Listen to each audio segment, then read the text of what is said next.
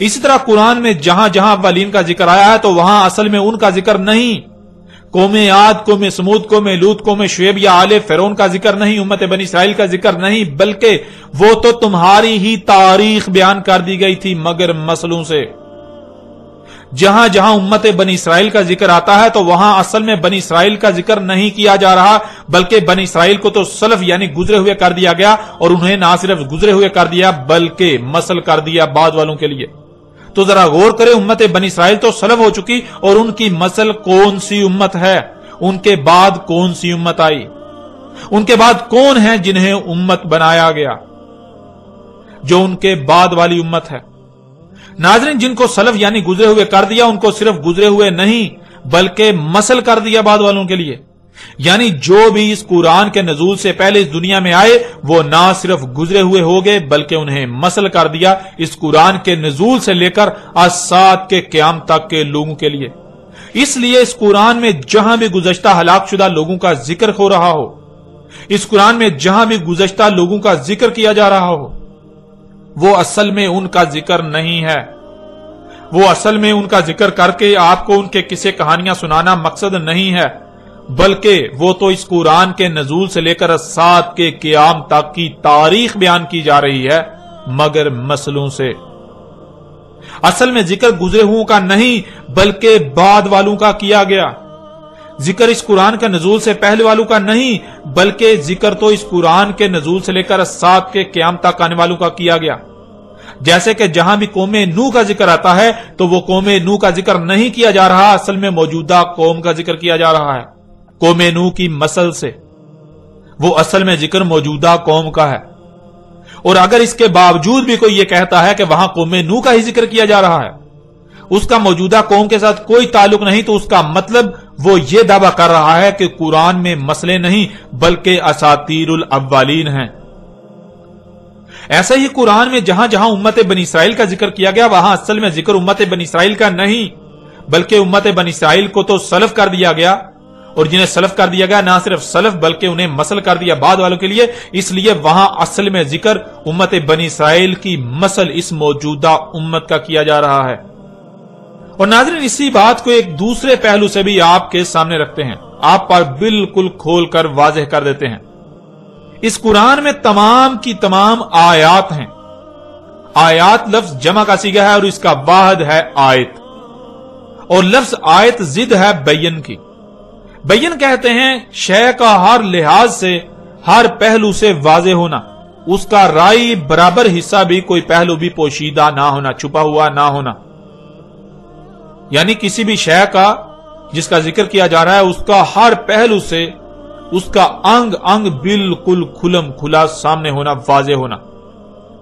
اور اس کے برعکس آیت کہتے ہیں پوری کی پوری شے کو چھپا دینا یا چھپے ہوئے ہونا، اور اس کا چھوٹا سا حصہ، چھوٹا سا پہلو سامنے ہونا، جو آیت کہلائے گا، جس میں غور کرنے یعنی جس کی گہرائی میں جانے سے وہ کیا تھا جو چھپا دیا گیا، جو چھپا ہوا ہے وہ کھل کر سامنے آ جائے گا۔ یعنی آیت کہتے ہیں جو سامنے نظر آ رہا ہے وہ اصل حقیقت نہیں بلکہ اصل حقیقت آپ پر اس وقت تک واضح نہیں ہوگی جب تک کہ آپ اس میں غور نہیں کرتے، اس کی گہرائی میں نہیں جاتے۔ جو سامنے نظر آ رہا ہے وہ اصل حقیقت پر پڑا ہوا پردہ ہے۔ جو سامنے نظر آ رہا ہے جو کہ آیت ہے وہ اصل حقیقت نہیں بلکہ اصل حقیقت پر پڑا ہوا پردہ ہے۔ جب تک آپ اس پردے کے پیچھے نہیں جانتے تب تک حقیقت آپ کے سامنے نہیں آئے گی۔ ناظرین، اسے آپ ایک چھوٹی سی مثال سے بھی سمجھ سکتے ہیں۔ مثلا آپ اپنی آنکھوں سے دیکھتے ہیں کہ آپ کو سورج زمین کے گرد گھومتا ہوا نظر آتا ہے، زمین روٹی کی طرح گول اور چپٹی نظر آتی ہے۔ یہ جو آپ اپنی آنکھوں سے سامنے دیکھ رہے ہیں یہ بین نہیں، یعنی یہ کھلم کھلا اصل حقیقت نہیں ہے بلکہ یہ آیت ہے، اصل حقیقت پر پڑا ہوا پردہ ہے۔ اصل حقیقت کیا ہے وہ اس وقت تک سامنے نہیں آئے گی جب تک کہ آپ آیت میں یعنی جو سامنے نظر آ رہا ہے اس میں غور نہیں کرتے، اس میں غور و فکر نہیں کرتے، اس کی گہرائی میں نہیں جاتے، اس پردے کے پیچھے نہیں جانتے۔ اور اصل حقیقت کیا ہے یہ آج پوری دنیا پر واضح ہو چکی ہے کہ سورج کے زمین کے گرد گھومنے سے نہیں بلکہ زمین کے سورج کے گرد اپنے ہی محور پر گھومنے سے رات اور دن آ جا رہے ہیں۔ اب ناظرین، اگر کوئی اسے ہی اصل حقیقت کہے یا مان لے جو آنکھوں سے نظر آ رہا ہے تو کیا وہ اپنی بات اپنے دعوے میں سچا ہوگا؟ اور حق اس قدر کھل جانے کے باوجود بھی وہ اپنی باطل و بے بنیاد بات پر ڈٹا رہے تو اس کی دماغی حالت کیا ہوگی؟ بالکل واضح ہے کہ ایسا کرنے والا کوئی بیوقوف، جاہل اور پاگل ہی ہو سکتا ہے، کوئی ایسا شخص ہی ہو سکتا ہے جس کا ذہنی توازن ٹھیک نہیں ہے۔ بالکل اسی طرح ناظرین، اس قرآن میں آیات اتاری گئی ہیں، اس قرآن میں آیات ہیں، جس کا مطلب کہ اس قرآن میں جو سامنے نظر آ رہا ہے وہ اصل حقیقت نہیں، بلکہ اصل حقیقت اس وقت تک سامنے نہیں آئے گی جب تک کہ آیات میں غور نہیں کیا جائے گا۔ یہ جو سامنے ہے آیات کی صورت میں، یہ اصل حقیقت پر پڑا ہوا پردہ ہے۔ جب تک اس پردے کے پیچھے نہیں جھانکا جائے گا اصل حقیقت تب تک سامنے نہیں آ سکتی۔ اور اگر کوئی آیات کو ہی بینات یعنی اصل حقیقت سمجھے یا کہے تو وہ کوئی پاگل، بیوقوف اور جاہل تو ہو سکتا ہے، عقل مند اور اہل حق نہیں ہو سکتا۔ وہ اپنی بات، اپنے دعوے میں باطل و بے بنیاد اور جھوٹا تو ہو سکتا ہے مگر سچا ہرگز نہیں۔ اس لیے ناظرین، جہاں بھی قرآن میں گزشتہ لوگوں کا ذکر کیا گیا وہ اصل حقیقت نہیں ہے، بلکہ اصل حقیقت اس وقت تک سامنے نہیں آئے گی جب تک کہ آپ انہیں آیات تسلیم کرتے ہوئے ان میں غور نہ کر لیں، اسے پردہ تسلیم کرتے ہوئے اس پردے کے پیچھے نہ جھانک لیں۔ اس قرآن میں جہاں قوم نوح کا ذکر ہے تو قوم نوح آیت ہے، جب اس میں غور کیا جائے، اسے بیان کیا جائے تو قوم نوح کی بجائے اصل میں ذکر وہاں اس موجودہ قوم کا کیا جا رہا ہے۔ اسی طرح جہاں امت بنی اسرائیل کا ذکر کیا جا رہا ہے تو وہ اصل میں امت بنی اسرائیل کا ذکر نہیں، بلکہ بنی اسرائیل تو آیت ہے، بنی اسرائیل کو آیت بنا دیا گیا۔ بنی اسرائیل آیت ہے، جب اسے بیان کیا جائے گا تو اصل حقیقت سامنے آئے گی موجودہ امت کی صورت میں۔ اب جب کہ ناظرین یہ حقیقت آپ پر واضح ہو چکی تو اب آپ یہ بھی جان لیں، جو کہ اب تک خود ہی واضح ہو جانا چاہیے تھا، کہ قرآن میں ذوالقرنین سلیمان علیہ السلام کا جو قصہ بیان کیا گیا وہ اصل میں ذوالقرنین سلیمان علیہ السلام کا ذکر نہیں کیا گیا، بلکہ وہ مسلوں کے ساتھ قرآن کے نزول سے لے کر الساعۃ کے قیام تک جو ہونا تھا، آج سے 14 صدیاں قبل ہی اس کی تاریخ اتار دی گئی تھی۔ تاریخ کہتے ہیں حادثے کے وقوع پذیر ہو جانے کو، یعنی کچھ ہوا تو اس کے بارے میں اس کے بعد جو لکھا جائے کہ وہ کب، کیوں، کیسے ہوا، تاریخ کہلاتی ہے۔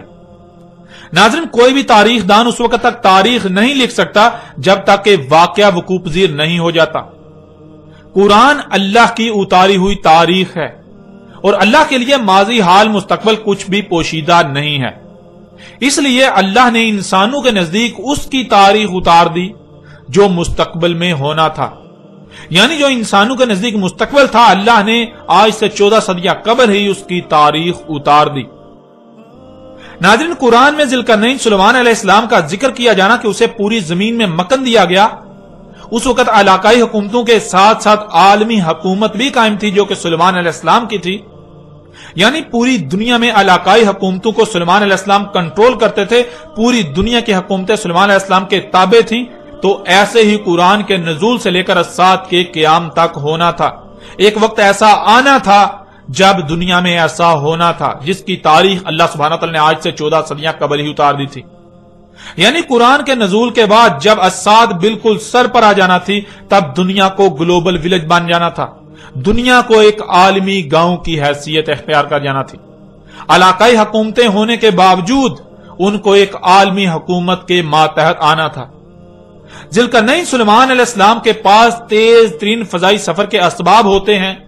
جس سے زمین کے مغرب و مشرق کے سفر کیے جاتے ہیں، یعنی قرآن کے نزول سے لے کر الساعۃ کے قیام تک ایسا وقت آنا تھا جب انسانوں کو ایسے اسباب حاصل ہو جانا تھے جن سے وہ ہوا میں انتہائی تیز رفتاری سے زمین کے مغرب و مشرق کے سفر کریں گے۔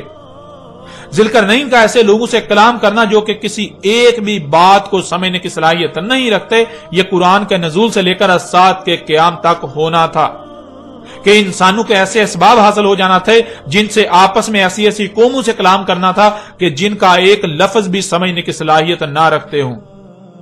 تماثیل بنانا تھی، یعنی وہ جو گزشتہ ہلاک شدہ اقوام نے خلق کیا تھا بالکل وہی قرآن کے نزول سے لے کر الساعۃ کے قیام تک ایسا وقت آنا تھا کہ جب ایسا سب کچھ خلق کیا جانا تھا۔ تماثیل خلق کی جانی تھی، بلند و بانگ رواسیات خلق کرنا تھی، یعنی بلند و بانگ چوٹیاں جو کہ عمارتیں ہیں وہ خلق کرنا تھی، انتہائی تباہ کن اسلحہ خلق کرنا تھا، طرح طرح کے اسباب خلق کرنے تھے جو گزشتہ ہلاک شدہ اقوام نے خلق کیا تھا۔ ذوالقرنین نے مغرب کا سفر کیا، وہاں پہنچا جہاں خشکی ختم اور آگے سمندر ہی سمندر ہے جہاں سے سورج گرم پانیوں میں ڈوبتا ہوا نظر آتا ہے۔ وہاں جو قوم تھی وہ دنیا میں فساد کی جڑ تھی، یعنی قرآن کے نزول سے لے کر سات کے قیام تک جب زمین میں فساد عظیم بپا ہونا تھا، ایسے اسباب وجود میں آ جانا تھے، ترقی کے نام پر فساد عظیم ہونا تھا، تب مغرب میں جہاں خشکی ختم اور وہاں سے سورج گرم پانیوں میں ڈوبتا ہوا نظر آتا ہے، وہاں جو قوم ہونا تھی، یعنی دنیا کے مغرب میں جہاں خشکی ختم ہوتی ہے تو آخری جو خشکی کا مقام ہے وہاں جو قوم ہونا تھی، اس قوم نے زمین میں فساد کی بنیاد، فساد کی جڑ ہونا تھا۔ اور ذرا غور کریں، کیا آج ایسا ہوا؟ کیا آج ایسا ہو رہا ہے؟ کیا آج واقعتاً ایسے خطے میں ایسی قوم آباد ہے جو زمین میں فساد کی جڑ ہے، فساد کی بنیاد ہے،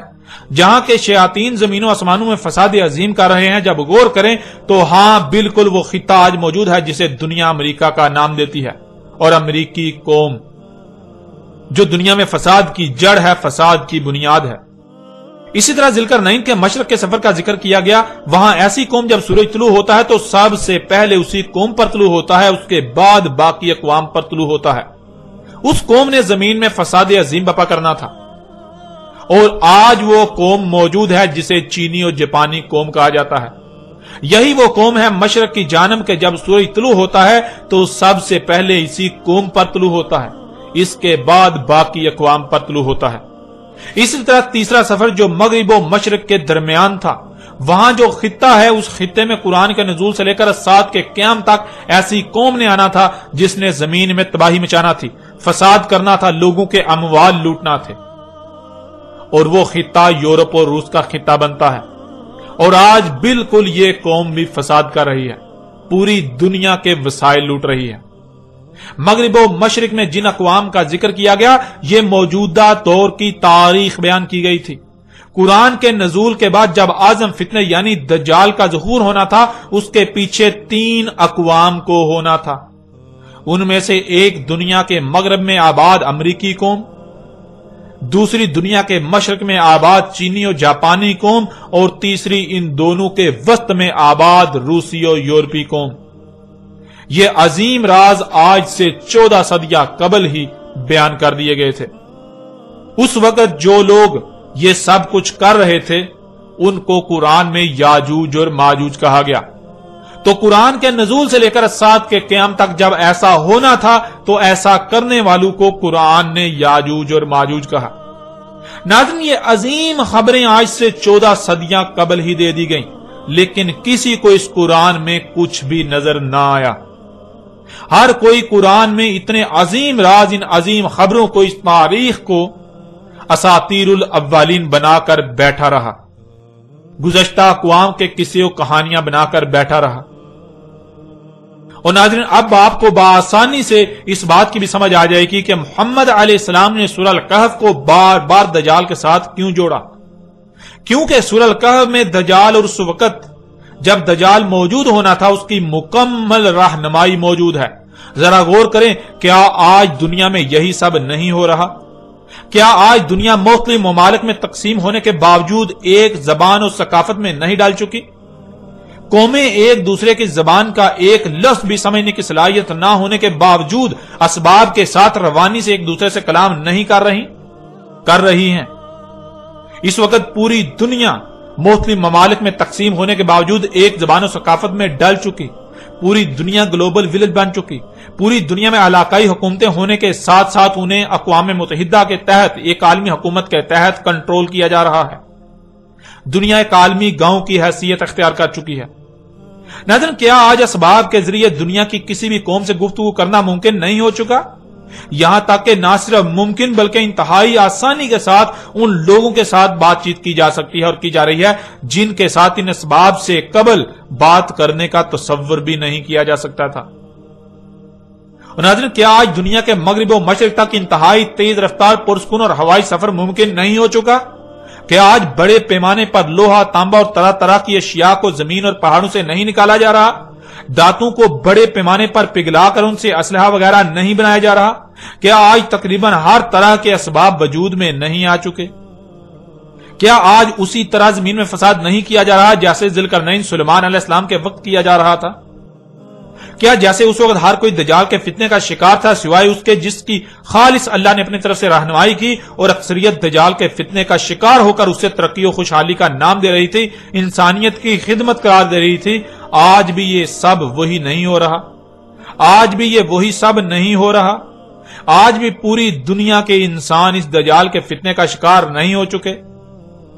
آج بھی فساد کو ترقی اور انسانیت کی خدمت کا نام نہیں دیا جا رہا؟ جیسے اس وقت جنیاتی تبدیل شدہ بیجوں سے اگائی جانے والی فصلوں کے استعمال سے دن بدن بیماریاں بڑھتی جا رہی تھیں اور بچے مفلوج پیدا ہو رہے تھے، کیا آج بھی ویسا ہی نہیں ہو رہا؟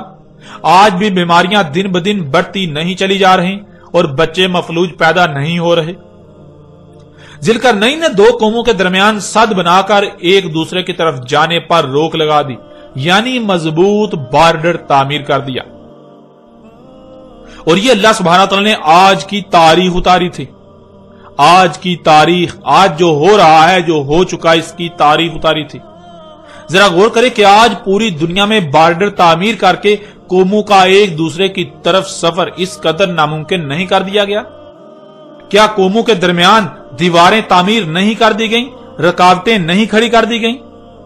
آج پوری دنیا میں قوموں کے درمیان دیواریں تعمیر کر دی گئیں، یعنی بارڈر کھڑے کر دیے گئے کہ کوئی قوم ادھر سے ادھر نہ آ سکے اور ادھر سے ادھر نہ جا سکے۔ یہ اللہ سبحانہ تعالیٰ نے آج سے 14 صدیاں قبل ہی آج کی تاریخ اتاری تھی۔ اللہ سبحانہ تعالیٰ نے قرآن میں مسئلوں سے آج سے 14 صدیاں قبل ہی آج کی تاریخ بیان کر دی تھی، جسے آج تک قصے و کہانیاں بنا دیا گیا۔ اب ذرا غور کریں، قرآن میں سورہ الکہف کی ان آیات کو اتارنے کا مقصد کیا تھا؟ کیا یہ ذوالقرنین اور ان قوموں کی کہانی سنائی جا رہی ہے؟ یعنی قرآن میں اساطیر الاولین ہیں، یا پھر قرآن کے نزول سے لے کر آج سات کے قیام تک جو کچھ بھی ہونا تھا اس کی مسئلوں سے تاریخ بیان کر دی گئی؟ اور آپ یہ بات بارہا جان چکے ہیں کہ قرآن میں اساطیر الاولین نہیں بلکہ مسئلے بیان کی گئیں۔ قرآن میں آیات ہیں، بینات نہیں ہیں۔ یعنی سورہ الکہف کی آیات میں جو سامنے نظر آ رہا ہے وہ اصل حقیقت نہیں، بلکہ اصل حقیقت تو اس کے پردے میں چھپا دی گئی، ان آیات کے پردے میں چھپا دی گئی۔ اصل میں ذوالقرنین علیہ السلام اور ان قوموں کا ذکر کرنا مقصود نہیں تھا، بلکہ اصل میں تو ذوالقرنین اور ان قوموں کے پردے میں دنیا میں آباد موجودہ قوموں کا ذکر کیا گیا، ان کی تاریخ اتاری گئی تھی۔ ذوالقرنین اور وہ قومیں تو سلف ہو چکی، اور جنہیں سلف کر دیا گیا انہیں نہ صرف سلف بلکہ مسل کر دیا گیا بعد والوں کے لیے۔ تو یہاں سلف کے پردے میں اصل ذکر مسل کا ہو رہا ہے، جو کہ موجودہ اقوام ہیں۔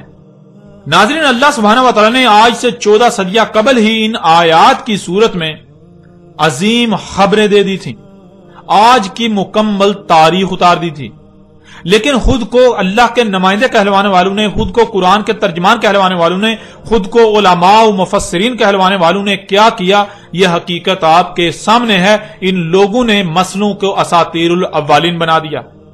ان لوگوں نے قرآن میں جو کچھ بھی یہ ذکر آیا، گزشتہ اقوام کا ذکر آیا، ان لوگوں نے ان کو مسئلوں کے بجائے اساطیر الاولین بنا دیا۔ انہوں نے ان کو ان قوموں کے قصے و کہانیاں بنا دیا،